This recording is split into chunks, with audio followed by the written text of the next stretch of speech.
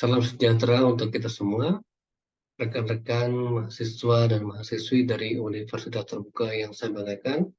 Senang sekali pada sesi kita yang ke-6 ini, kita akan mengupas topik yang tidak kalah menarik tentunya ya. Pada sesi sebelumnya tentu Anda masih ingat, sesi kelima kita membahas tentang daya tarik gitu ya, dan kawasan wisata. Nah, pada sesi kita yang ke-6 kali ini, kita tentu akan mendalami topik selanjutnya. Kalau kita hubungkan dengan pertemuan kita sebelumnya, kita sudah membahas beberapa hal penting ya terkait usaha, jasa, dan penyelenggaraan wisata di Indonesia. Tentu teman-teman tidak lupa gitu ya, ada beberapa nilai budaya yang tercermin gitu ya, ada wujud keramah tamahan, kemudian bentuk keberagaman gitu ya, yang menjadi dasar atau fondasi penting dalam industri pariwisata di Indonesia kita.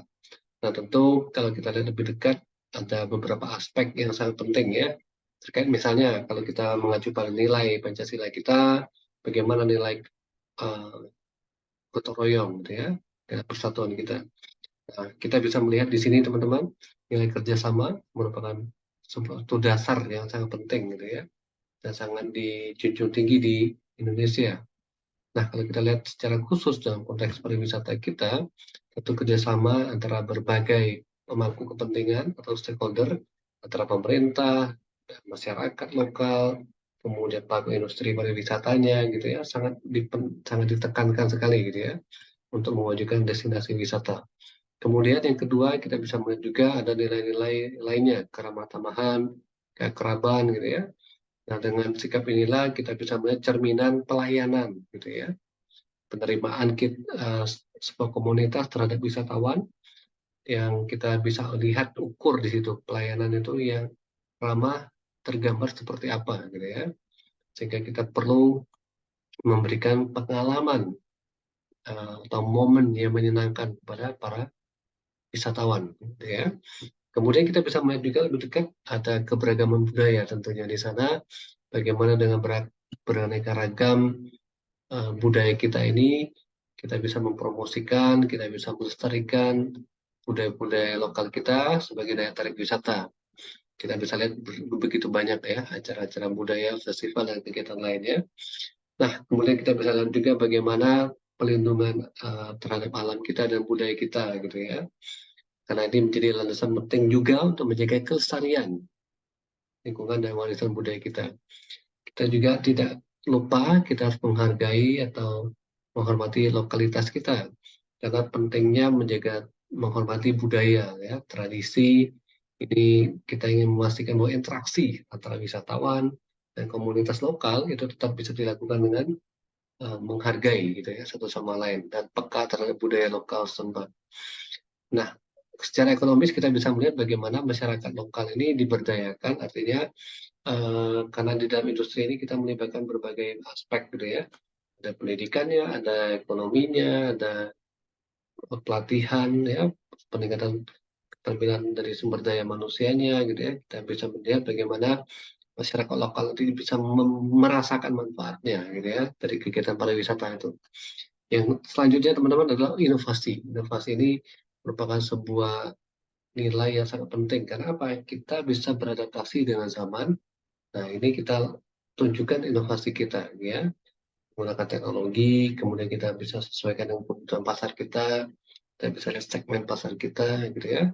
Tapi kita harus memperhatikan juga nilai-nilai budaya dan keberlanjutannya. Nah, inilah beberapa nilai penting yang kita tidak boleh lupakan gitu ya, di dalam membangun industri sebuah pariwisata.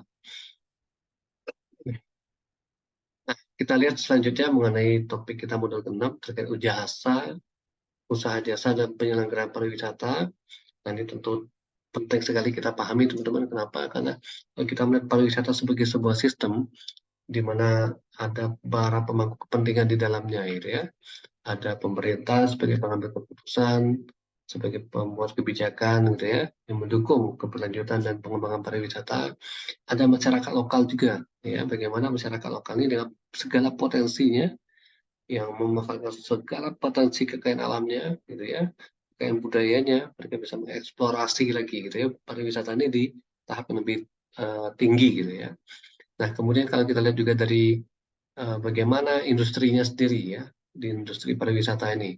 Nah, kita akan melihat kalau di Undang-Undang Pariwisata nomor 10 ya tahun 2009 itu dijelaskan mengenai usaha yang menyediakan barang dan atau jasa bagi pemenuhan kebutuhan wisatawan gitu ya. Nah, jadi teman-teman setelah membaca topik sesi ke-6 ini, Anda diharapkan nanti bisa menjelaskan beberapa jenis usaha pariwisata seperti jasa transportasi wisata, perjalanan wisata, makanan dan minuman, kemudian ada juga konsultan pariwisata, jasa informasi pariwisata, jasa pramuwisata, kemudian penyediaan akomodasi, penyelenggaraan kegiatan hiburan dan rekreasi, kemudian kita lanjutkan penyelenggaraan pertemuan atau MICE, ya, kemudian ada juga wisata tirta dan spa, ya.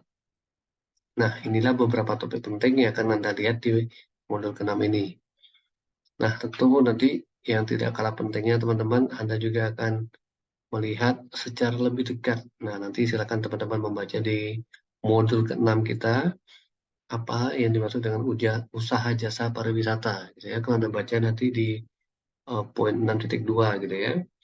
Bagaimana kita belajar ini akan membantu Anda untuk memahami kerangkanya, gitu ya, kerangka berpikir mengenai jenis-jenis usaha dalam pariwisata. Nanti Anda bisa lihat dari jasa transportasi wisata, ada faktor-faktor yang sebaiknya dipertimbangkan ya dalam memilih jenis transportasi yang akan digunakan. Misalkan waktu, jarak, biayanya, kemudian pembangunan prasarana ada sistemnya, gitu ya, kemudian aksesibilitas dan kenyamanannya seperti apa. Ini juga hal penting, gitu ya. Nah, kalau kita lihat dari sisi lain, transportasi wisata ini ada elemen dasarnya, gitu ya.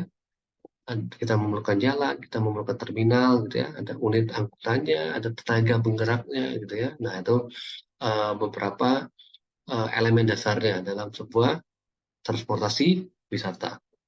Nah, nanti silakan Anda lihat selanjutnya tenaga penggerak ini kalau kita dari segi sektornya gitu ya, ada transportasi udara, ada transportasi darat gitu ya, ada transportasi air, dan tentu memiliki keunikan masing-masing ya. Ini yang akan Anda dalami.